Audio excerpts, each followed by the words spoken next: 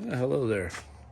So I figured I'd do another video about this old 71 Pontiac Firebird. Do a little update video. It's been a while.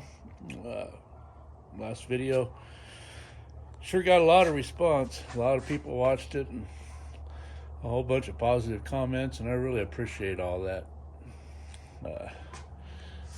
So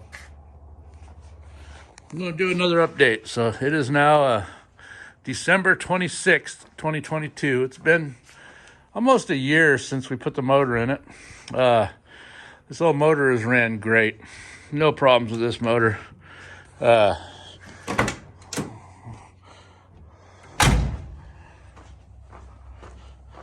So Len Williams out of Alright, is this thing still working? Len Williams out of we're at Muldrow, Oklahoma, I believe it is. This old boy's been building these motors since the 70s, 80s. And he knows what he's doing. This old 400 stroked to a 467, I believe. It's got all forged bottom end. It's a 71 date coated block, correct for the car. The heads are 6X heads. Off of them, they're like 1977 6X heads, I believe. But yeah, I have nothing but good things to say about Len Williams motors, man. This thing runs really good. I'm very happy with the performance of this motor and just the reliability. It doesn't use any oil, doesn't smoke a bit, just runs flawless up to this date. So far I got 4,000 miles on it, and trust me, those 4,000 miles have not been easy. When I talked to Lynn about the motor, about how to break it in, he said run the Brad Penn oil through it. I believe the first 500 miles, which I did. He told me just go ahead and run it how I'm going to drive it how I'm going to drive it. But I was kind of easy with it the first 500 miles. Not real easy, kind of easy. After that, it was hammered down.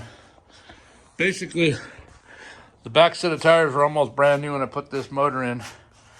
And the car's got 4,000 miles, and yeah, these are the new ones. So we ate up a brand new set of tires and about 4,000 miles during the break-in process. So I'd say this motor's good to go. All right, so this summer, tinted the windows. It's not limo. It looks real dark just because it's in the garage, but it's not legal, but it's not too dark either. They did a real nice job. They had to do the back window twice. Got a couple bubbles up here in the corner, but they did that no problem. This is the factory glass in this car still, so it's a little, the original factory old glass, so it's a little, it had some trash on it that was a little hard for them to get off, but they got it. So, all right. Next upgrades for summer of 2022. Got a full set of Hotchkiss 1.5-inch lowering springs. Real nice springs, real good quality. I like them. They come with all new bushings and shackles and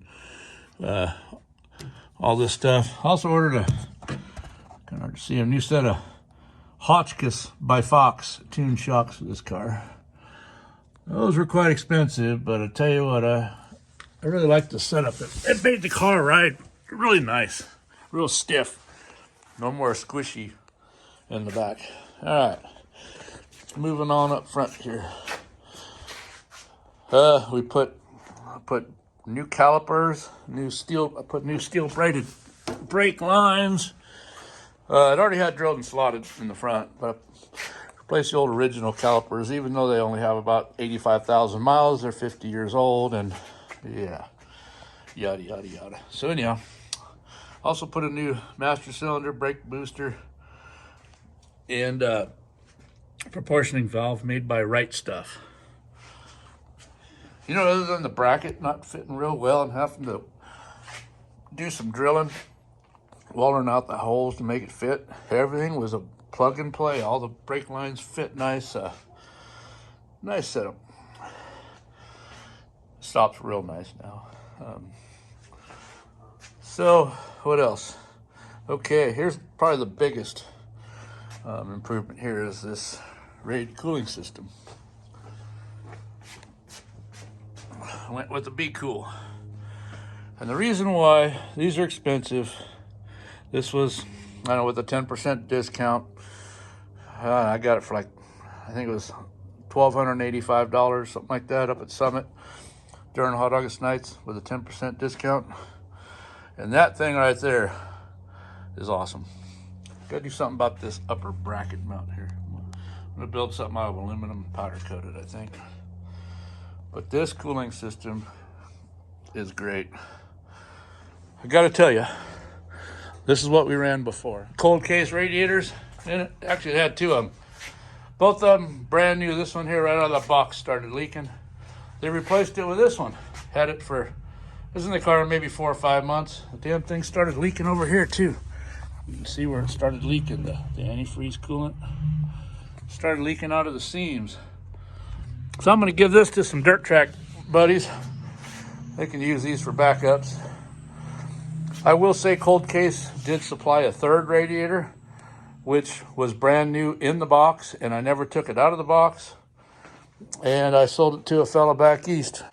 Wish that Cold Case would have worked. It would have saved a lot of damn money. But even with that with those radiators, this car would still get up to about 210, run the AC, 215, run the AC system. And of course, you know, the AC system doesn't work that well and everything's so damn hot up front. So this right here solved all those issues. Anyhow, that problem solved. And then we did steering. Finished up the steering. This is a new redhead steering box made in America. This box was like, I don't know, $350 or something when it was all said and done. So this is a good quality piece. I got one of these in that old Duramax right there. It's been in there for 110,000 miles. Still works great. So went with that. And then got this Pro Forged system here for the tie rods. It's Pro Forged, anyhow. It's a good quality piece. Good quality kit. You know, all the parts there, nice powder coating on all the parts. Everything fit just like it should. Comes with inner outer tie rods, center link, idler arm, fancy little, you know, aluminum nuts, or, you know, whatever. I can't remember what you call those. Sleeves, tie rod sleeves. Yeah, it comes with a nice idler arm. You do have to drill the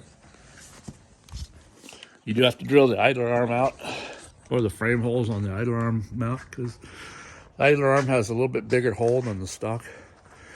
So just simple drill in a bit. We'll open that up a little bit. Everything fits nice and tight, and you can run the bigger bolts. I really like that. That's a really good upgrade, I think.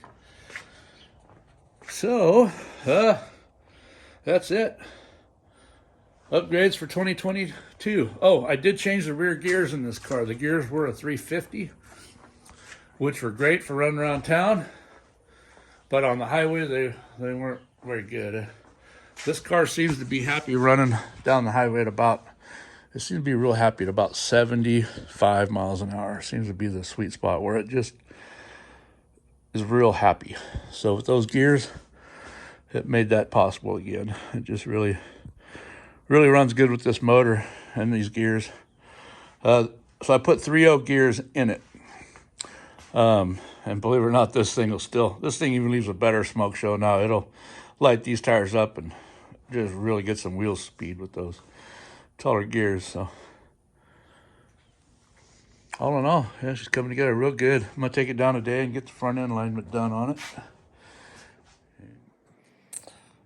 All right, just got back from the alignment shop. Got the front end all lined up on the car. The thing drives beautiful.